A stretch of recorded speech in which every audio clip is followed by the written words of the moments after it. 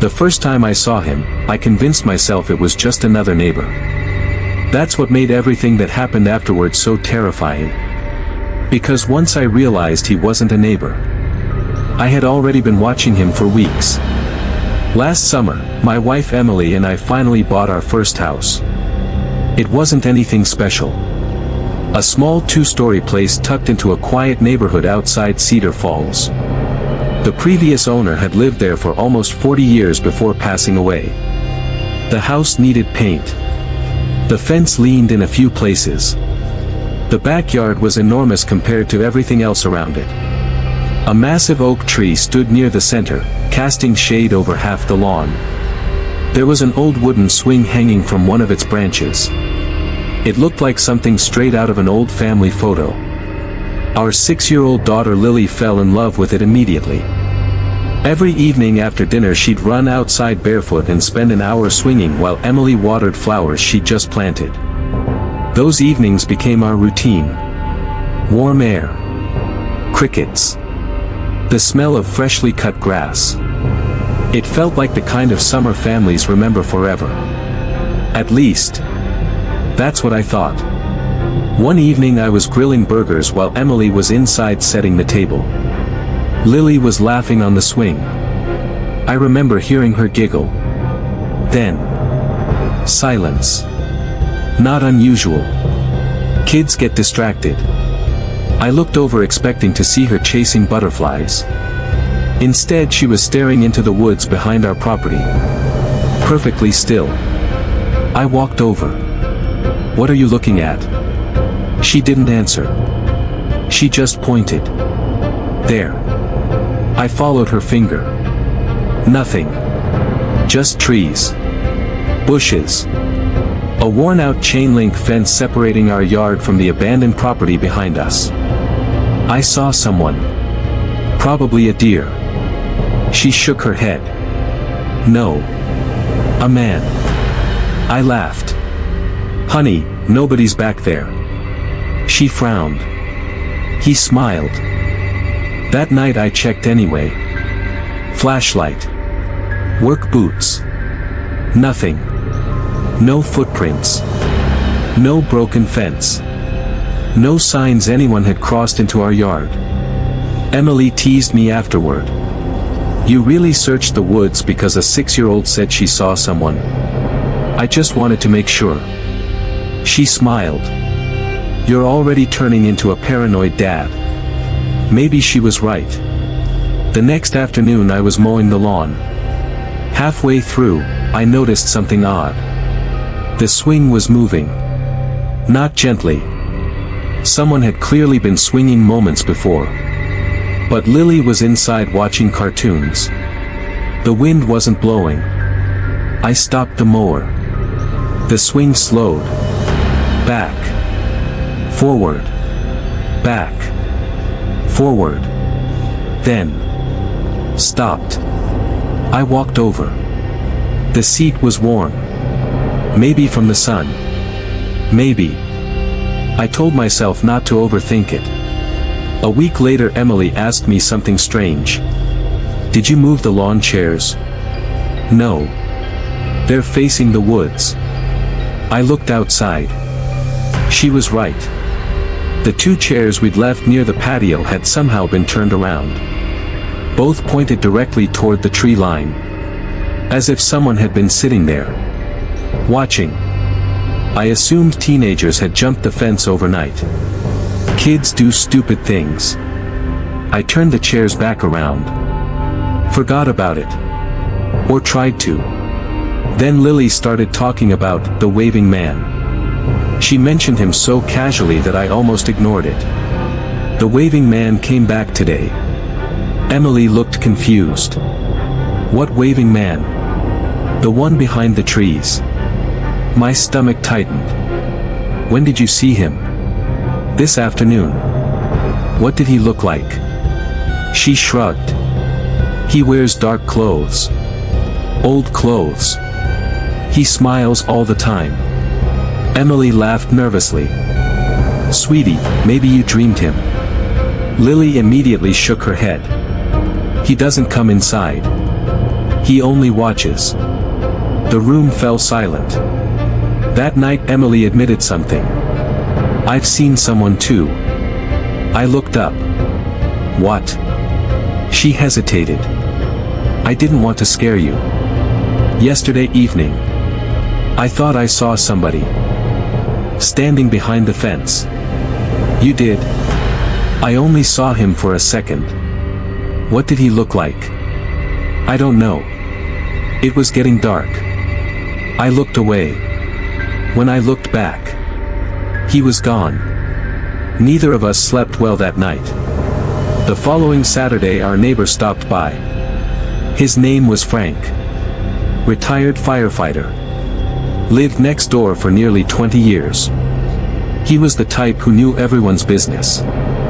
After helping me repair the mailbox, he glanced toward the backyard. You folks spend a lot of time back there. Yeah. Lily loves the swing. He grew unusually quiet. Then said something I'll never forget. Don't stay out too late. I laughed. Why? People wander those woods. What kind of people? He shrugged. Just people. Been happening for years. I waited for him to explain. He didn't. Instead he picked up his toolbox. Lock your doors.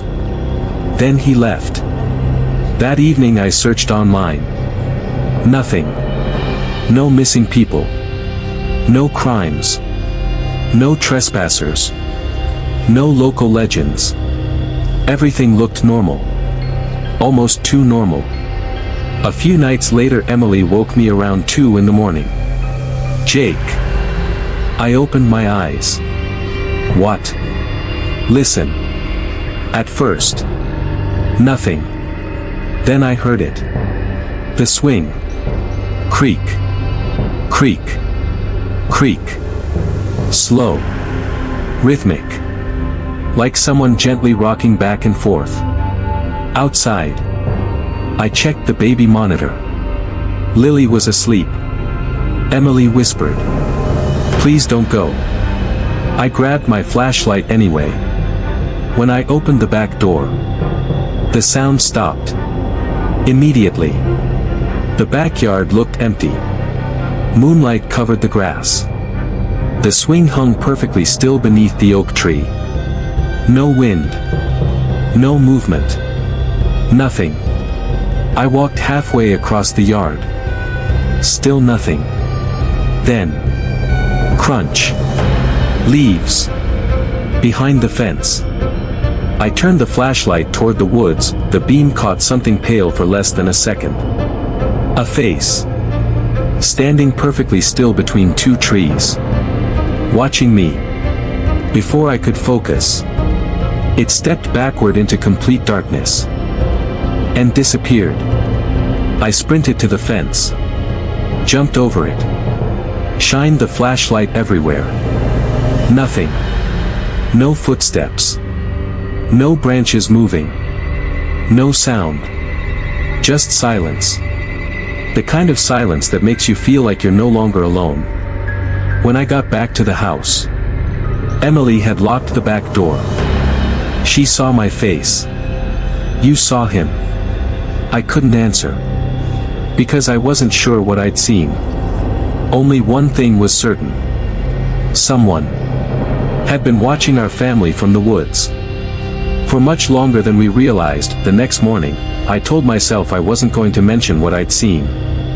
If I described it out loud, it would become real. Emily was already making breakfast when I came downstairs. She looked up from the stove. Did you find anyone? I hesitated. I don't know. You don't know. I saw someone standing behind the fence. She slowly set the spatula down. So Lily wasn't imagining it. No. I glanced toward the backyard through the kitchen window. Everything looked perfectly normal. Morning sunlight covered the grass. The swing hung motionless beneath the oak tree. Birds hopped across the fence. It looked like the safest place in the world. Which somehow made it even worse. That afternoon, I drove to the hardware store and bought 3 motion-activated security cameras. Emily didn't argue. She didn't even ask if I was overreacting. That alone told me she was just as frightened as I was. We mounted one above the back door. Another on the corner of the garage. The third overlooked the oak tree and the fence line. Each camera sent alerts directly to my phone. "If someone's out there," I said, tightening the last screw, "we'll know." Emily nodded, though neither of us sounded convinced. The first night was quiet. No alerts. No movement. No creaking swing. By sunrise, I almost felt embarrassed. Maybe stress had gotten to both of us. Maybe the face I'd seen had been nothing more than a shadow between the trees. I nearly took the cameras down. Then the second night arrived. At exactly 3:17 a.m., my phone vibrated on the nightstand. Motion detected, backyard camera. I sat straight up. Emily woke instantly. "What is it?" I opened the live feed. For several seconds. Nothing. Just the swing. The fence. The dark outline of the oak tree. Then, without warning, the swing moved. One slow push. Then another. No wind. No one visible. Just the steady rhythm of a child being pushed. I whispered, "Do you see that?" Emily grabbed my arm. "Someone's there." "I can't see anyone." The swing continued for another 10 seconds. Then it stopped. The notification ended. I ran outside with a flashlight. Again. Again, there was no one. The grass was undisturbed. The gate was locked from the inside. The fence showed no damage. I searched every inch of the yard before climbing over the fence into the trees. The wood smelled damp from the evening dew. Every snapped twig made me spin around. Every shadow looked like a person. After 20 minutes, I found nothing. As I walked back toward the fence, I noticed something that hadn't been there before. A single child's marble. Blue glass. Perfectly clean. Resting in the middle of the dirt path. I picked it up. It felt cold. Too cold for a warm summer night. I slipped it into my pocket. The following morning, Lily froze when she saw the marble on the kitchen table. "Where did you get that?" "I found it outside." Her face turned pale. "He dropped it."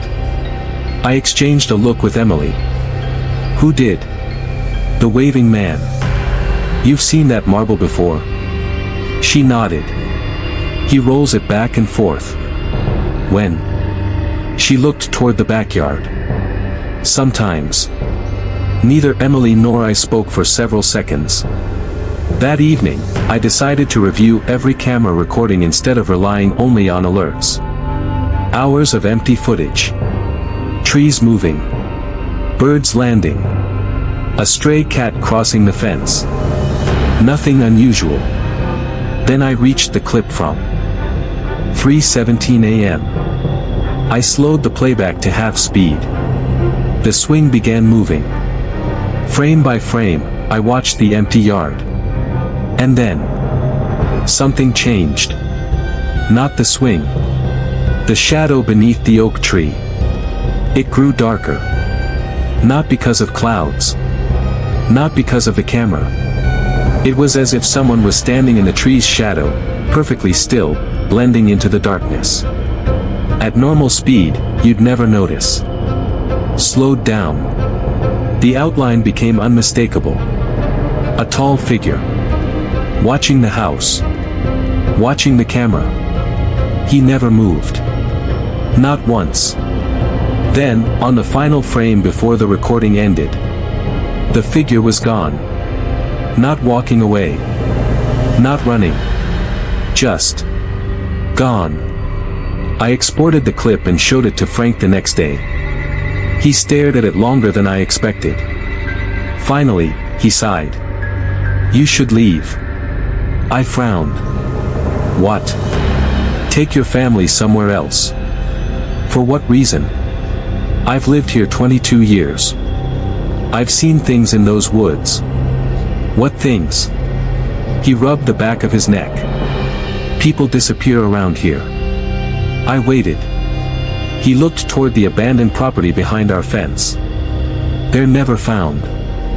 You should call the police if you know something. I already did. What happened? They told me there wasn't enough evidence. He handed my phone back. I'd stop looking. That answer only made me more determined. That weekend, I crossed into the abandoned property in broad daylight. The place had once been a farm. Now it was little more than collapsing sheds and waist-high weeds. Most of the buildings had fallen apart years ago.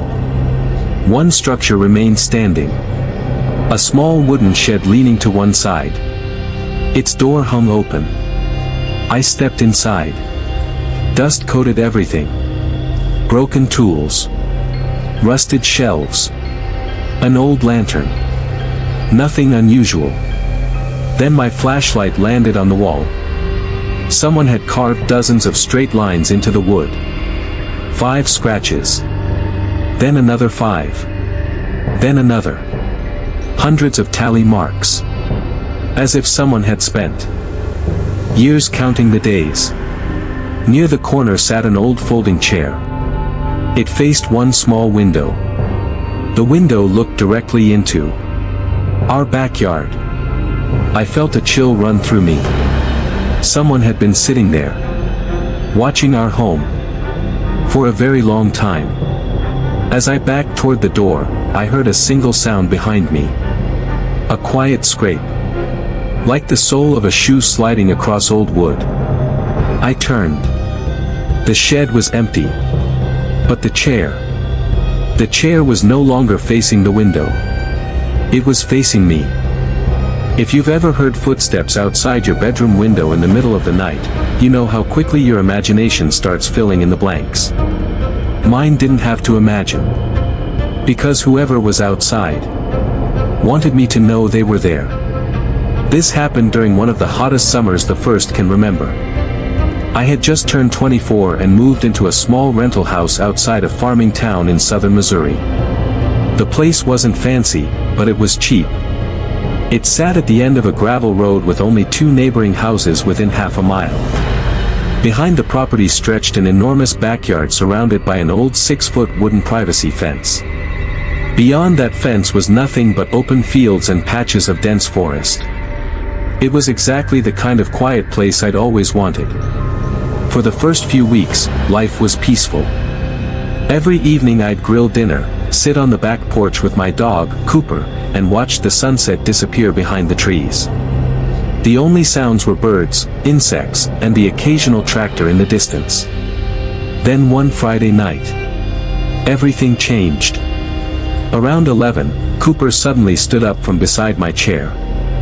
His ears shot straight into the air. He wasn't barking. He wasn't growling. He was simply staring at the fence. Completely motionless. "What's wrong, buddy?" "Nothing." His eyes never moved. I looked toward the fence. Nothing there. Just darkness. After a minute, Cooper relaxed. I assumed he'd heard a raccoon. I finished my drink and went inside. At exactly 2:13 a.m., I woke to the sound of footsteps. Crunch. Crunch. Crunch. Slow, deliberate footsteps circling the outside of the fence. They weren't running. They weren't sneaking. Whoever it was wanted to be heard. I held my breath. The footsteps stopped directly behind my bedroom window. Silence. Then 3 slow knocks. Knock. Knock. Knock. Not on the window. On the wooden fence only a few feet beyond it. I didn't move. After nearly a minute, the footsteps continued, circling the backyard until they faded into the distance. I barely slept the rest of the night. The next morning I searched the yard. The gate was still locked. Nothing had been stolen. No footprints. No broken boards. No signs that anyone had entered the property. I told myself it had probably been teenagers walking through the fields. Still, that didn't explain the knocking. The second night was worse. Again. 2:13 a.m. Crunch. Crunch. Crunch. The footsteps followed the exact same path around the fence. This time Cooper exploded into frantic barking. Not playful barking. Terrified barking. He ran to the back door but refused to go outside. His tail tucked tightly between his legs. I'd never seen him afraid of anything before. I grabbed a flashlight and stepped onto the porch. The footsteps stopped instantly. The yard was empty. The fence surrounded me on all sides. Nothing moved. Then, a voice. Very quiet. Just beyond the fence. Come outside. I froze. The voice sounded calm. Almost friendly. Hello. No answer. Then again. Come outside. It wasn't loud. It didn't need to be. The words drifted through the summer air like someone whispering directly into my ear. I went back inside and locked every door. The following afternoon, I told my landlord. He laughed. Probably kids. There aren't any kids living around here. He shrugged. Then maybe coyotes.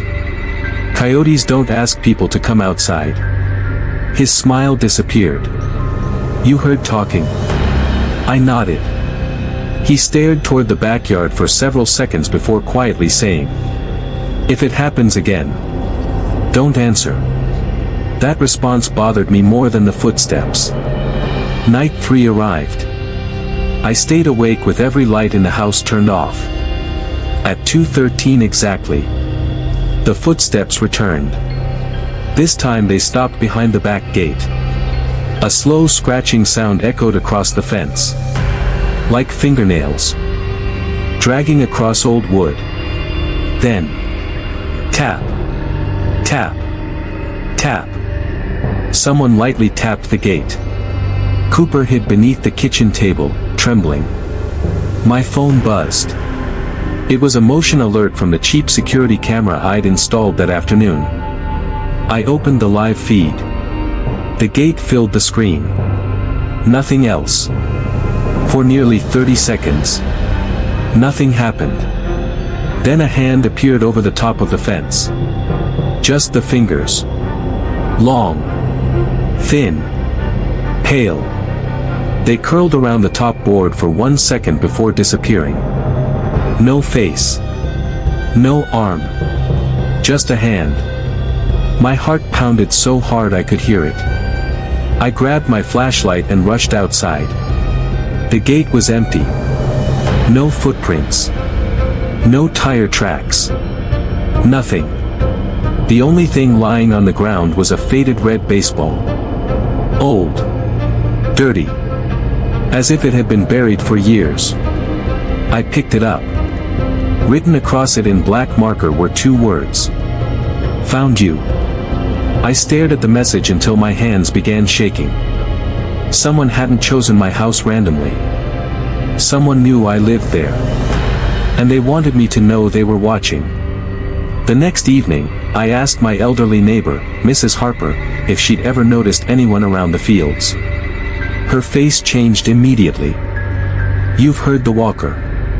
The walker? She nodded slowly. He comes every summer. I laughed nervously. Who is he? No one knows. People hear footsteps. Sometimes they hear talking. Sometimes they answer. I frowned. What happens then? She looked directly into my eyes. They move away. Immediately. Those who don't.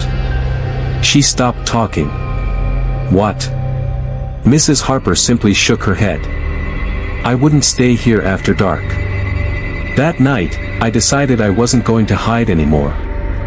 I set up 3 flashlights, a hunting camera, and my phone on a tripod facing the backyard. At exactly 2:13 a.m., the footsteps returned. Only this time, they stopped. Not outside the fence. Inside it. The sound came from somewhere behind the oak tree. One step. Then another. Slow. Measured. Deliberate. There was no mistaking it this time.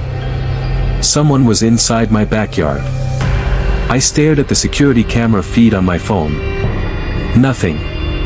The yard looked empty. Yet the footsteps continued. Crunch. Crunch. Crunch.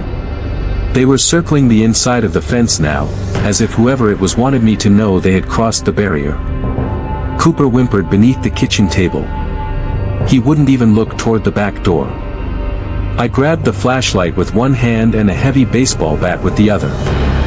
Every instinct told me to stay inside. Instead, I unlocked the back door. The warm summer air hit my face. Everything was quiet. Too quiet. The insects had stopped chirping. Even the wind seemed to disappear. I swept the flashlight across the yard. The swing. The grill. The flower beds. Nothing. Then. Crunch. A footstep came from behind me. I spun around so fast I nearly dropped the flashlight. Nothing. Only the back door, still standing open. The footsteps started again. This time they were moving toward the fence. I ran after the sound. By the time I reached the gate, silence. The next morning I reviewed every second of the camera footage. At first, everything looked normal. Then I noticed something strange. The camera wasn't recording continuously. Every few seconds there was a tiny skip. Barely noticeable. A fraction of a second. I slowed the video down. The missing frames happened exactly when the footsteps were closest. It was as if something passed through the yard during moments the camera somehow failed to capture. I replayed the footage again. Frame by frame. Then I saw it. For a single frame. A man stood near the fence. He wore faded blue jeans and a dark jacket despite the summer heat. His face was blurred, not from motion, but as though the camera couldn't focus on it. The next frame. He was gone. I took the footage to the county sheriff's office. The deputy watched it twice before leaning back in his chair. "You sure this isn't edited?" "No." He zoomed in. "Looks like compression artifacts." I heard him walking. He shrugged. "If someone was trespassing, we'd find footprints." There weren't any. He handed my phone back. "Keep your doors locked." That was it. No report. No patrol. Nothing. That evening I couldn't shake the feeling that someone was watching the house. I closed every curtain. Checked every lock twice. By midnight, Cooper was lying beside my chair, still restless. At exactly 2:13 a.m., the footsteps returned. Only this time. They stopped directly outside the back door. 3 soft knocks echoed through the kitchen. Knock. Knock. Knock. I didn't move. Then came a voice. Soft. Calm. Almost familiar. "I know you're awake." Every hair on my arm stood up. I had never told anyone about the exact time the footsteps started. No one should have known I was waiting. The voice spoke again. "You looked through the fence today." I felt my stomach drop. Earlier that afternoon, I'd climbed onto a ladder to inspect the outside of the fence. No one had been around. Or so I thought. The knocking stopped. For nearly 5 minutes. Nothing. Then my phone buzzed. Motion detected, front porch. Confused, I switched camera feeds. The front porch was empty. Until a shadow crossed the lens. Not walking. Gliding. The motion detector stopped. Another alert. Motion detected, backyard. I switched back. The gate was slowly opening. I knew I had locked it. The camera showed it swinging inward on its own. The yard beyond looked empty. Then something rolled across the grass. A faded red baseball. The same one I'd thrown in the trash that morning. It came to a stop directly beneath the camera. This time there was another message written beneath the first. Found you. Your turn. I didn't sleep. As soon as the sun came up, I packed a bag and drove straight to my landlord's house. He looked exhausted before I even spoke. You saw him again, he said. You knew. He nodded. The last tenant left after 2 weeks. What happened? He heard the footsteps. Why didn't you tell me? Because nobody believes it until it happens to them. I slammed the baseball onto his table. Who is he? The landlord stared at it for a long time. Finally he whispered. 30 years ago. A man disappeared in those fields. They searched for weeks. They never found him. But every summer. He swallowed hard. People hear someone walking the fence. I moved out that afternoon. I didn't wait for the lease to end. I didn't ask for my deposit back. I just left. For months, everything was normal. Then one October evening, I received a package with no return address. Inside was the red baseball. The words had changed again. This time, written in fresh black ink, were 4 simple words. You left too early. There was also a small folded photograph. It showed my old backyard. The picture had clearly been taken at night.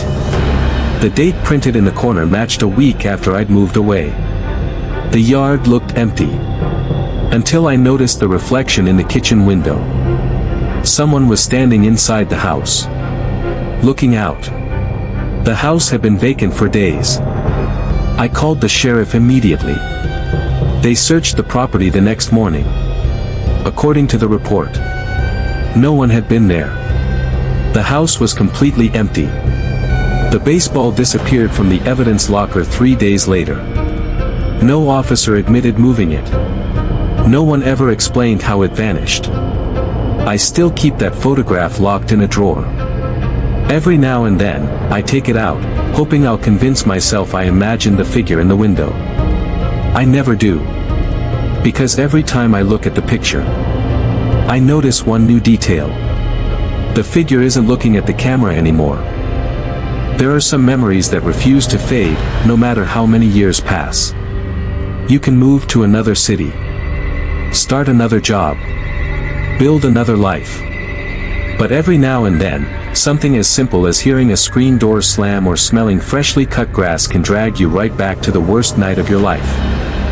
For me, it always starts with the hammock. The summer I turned 16, my parents rented an old farmhouse in northern Wisconsin while our house was being renovated.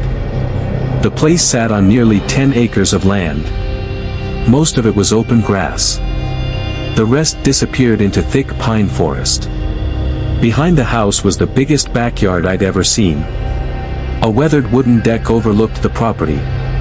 There was an old fire pit, a rusted swing set, and a faded green hammock tied between 2 maple trees. It looked peaceful. Like the kind of place where families spent every summer evening laughing around a fire. For the first week. That's exactly what we did. My younger sister, Ava, chased lightning bugs while my parents roasted marshmallows. I'd usually lie in the hammock with headphones on, staring at the stars until everyone went inside.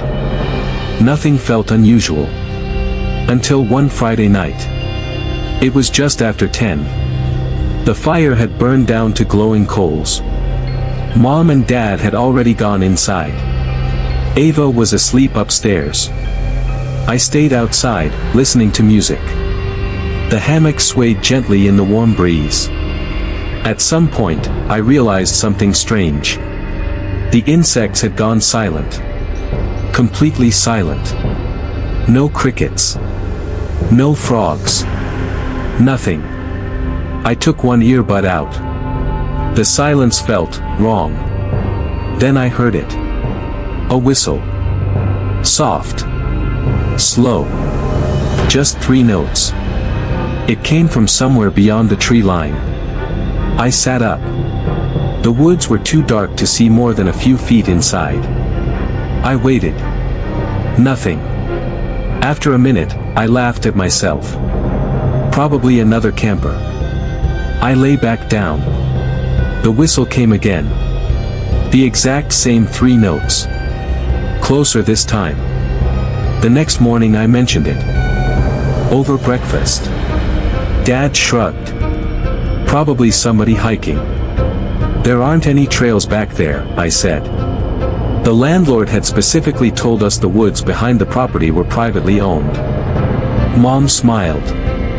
You've been watching too many horror movies. Maybe she was right. I forgot about it. For 2 days. Sunday evening, Ava came running into the kitchen. Someone was pushing me. Mom looked up from the dishes. What do you mean? The hammock. I was lying in it. Somebody pushed me. Dad laughed. Probably the wind. Ava shook her head. There wasn't any wind. He pushed me 3 times. The room became quiet. She nodded. The man behind the trees. I nearly dropped my glass. What did he look like? I don't know. He was too far away. But he waved. That night, I couldn't stop looking toward the backyard. Every shadow between the trees seemed darker than before. Around midnight I looked out my bedroom window. The hammock was moving. Back. And forth. Slowly. No breeze. No rain. Nothing that should have made it move. I watched for almost 5 minutes. Finally it stopped. I convinced myself it had been the wind after all. Then I noticed something. Someone was standing beside the hammock. Perfectly still. Too far away to see clearly. I blinked. The figure was gone.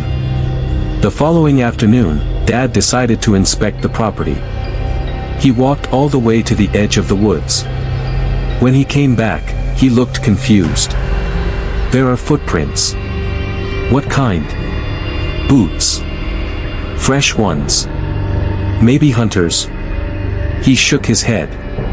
Hunting season doesn't start for months. He called the landlord. The landlord arrived within half an hour. After hearing about the footprints, he became unusually serious. Don't go into those woods. Dad frowned. Why not? They're not safe. What does that mean? The landlord hesitated. People dump things back there. What kind of things? He didn't answer. Instead, he walked straight to the backyard and stared at the hammock for several seconds. Then he quietly untied it from both trees. What are you doing? You shouldn't leave this outside. Without another word, he carried the hammock into the garage. That should have been the end of it. Except the next morning. The hammock was hanging between the trees again. Exactly where it had been before. Dad thought someone was playing a prank. He inspected the ropes. They were tied with perfect knots. Different knots than he'd used. The garage door had been locked all night. Nothing else was missing. Only the hammock had been moved. That evening Dad installed motion lights around the backyard. If somebody's messing with us, he said, they'll light up like a Christmas tree. For the first few hours, nothing happened. Then, just after 1 a.m., every motion light turned on at once. The backyard glowed bright white. Dad rushed to the window. So did I. Nothing. The yard was empty. No people. No animals. The light stayed on for nearly 30 seconds before switching off. Then, the whistle returned. The same 3 notes. This time, it came from directly behind the house. Dad grabbed a flashlight and stepped onto the deck. "Who's there?" No answer.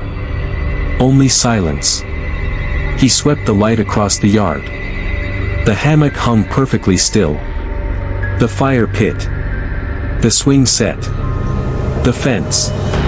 Nothing. Then the beam reached the tree line. A man was standing there. At least, it looked like a man. Tall. Thin. Wearing what appeared to be an old gray coat despite the summer heat. His face was hidden in darkness. He didn't move. He didn't run. He simply stood there, watching the house. Dad took 1 step forward. The flashlight flickered. For less than a second. When the light came back, the figure was gone. The next morning, Dad searched the woods with 2 deputies from the local sheriff's office. They found fresh footprints leading into the forest. But after about 100 yards, the tracks simply ended. Not turned around. Not continued. Ended. As though whoever made them had vanished. One of the deputies joked that maybe the guy had flown away. Nobody laughed. That afternoon, while helping Mom unpack boxes in the garage, I noticed something strange. The hammock wasn't where Dad had left it. It was folded neatly on top of an old workbench. Across the fabric, someone had written 4 words using what looked like black charcoal. "See you tonight." I called Dad immediately. He stared at the message without saying a word. Then he looked toward the backyard. The sun was beginning to set. For the first time since we'd moved there. He locked the back door before dark. Dad didn't say much after finding the message on the hammock. He simply folded it, carried it into the basement, and locked the door behind him. That night, for the first time since we'd moved into the farmhouse, every downstairs light stayed on. Mom thought we were overreacting. It's probably some teenagers. Dad didn't answer. He just checked every lock in the house twice. Then he closed every curtain. Around 11:40 p.m., the power went out. The house fell completely silent. No refrigerator. No air conditioner. Nothing. Outside, the backyard disappeared into total darkness. Dad grabbed 2 flashlights from the kitchen drawer. "I'll check the breaker." He stepped onto the back porch. The beam of his flashlight swept across the yard. Nothing. He reached the breaker box beside the garage. Everything looked normal. None of the switches had tripped. Then the flashlight landed on the hammock. It was hanging between the trees again. The basement door was still locked. No one had gone downstairs. No one had taken it outside. Yet there it was, swaying gently beneath the maple trees. Dad didn't move. Neither did the figure standing beside it. For several seconds, neither one made a sound. The man was impossibly thin. His gray coat hung loosely from his shoulders. His hands rested at his sides. His face remained hidden beneath the shadow of a wide-brimmed hat. Then, he raised one hand and waved. Slowly. Exactly the way Ava had described. Dad shouted, "Who are you?" No reply. The figure simply pointed toward the woods. Then turned around and walked into the darkness. Dad wanted to follow him. Mom wouldn't let him. "We're calling the sheriff." The dispatcher promised to send a deputy. They arrived nearly 45 minutes later. By then, the power had returned. The backyard looked completely normal. The deputy searched the property. Nothing. No footprints. No signs of forced entry. When Dad showed him the message on the hammock, the deputy frowned. This wasn't here earlier. No. You sure? Dad nodded. The deputy looked toward the tree line. I've answered a few calls out here before. For the same thing. He hesitated. People hearing whistles. Seeing someone watching from the woods. What happened? They moved. Every single one of them. The deputy left around 2 in the morning. Dad stayed awake in the living room. So did I. Neither of us said much. At exactly 3:03 a.m. the whistle returned. 3 slow notes. Closer than ever. Then. A 4th note. One we'd never heard before. Dad stood. Did you hear that? I nodded. It changed. The whistle came again. This time, it sounded like it was coming from the backyard itself. Dad looked through the kitchen window. His face turned white. What? He didn't answer. He simply handed me the flashlight. I looked outside. The hammock was moving, someone was lying in it. Back and forth. Back and forth. Too dark to see a face. Only a long silhouette. Rocking gently beneath the trees. Before either of us could react, the figure sat up. Slowly. It turned its head toward the house. Then it climbed out of the hammock. Instead of walking away, it walked toward us. Not quickly. Not slowly. Just a steady pace across the yard. Halfway to the porch. The motion lights turned on. The yard flooded with bright white light. There was no one there. The footsteps continued anyway. Crunch. Crunch. Crunch. Invisible footsteps crossing the grass.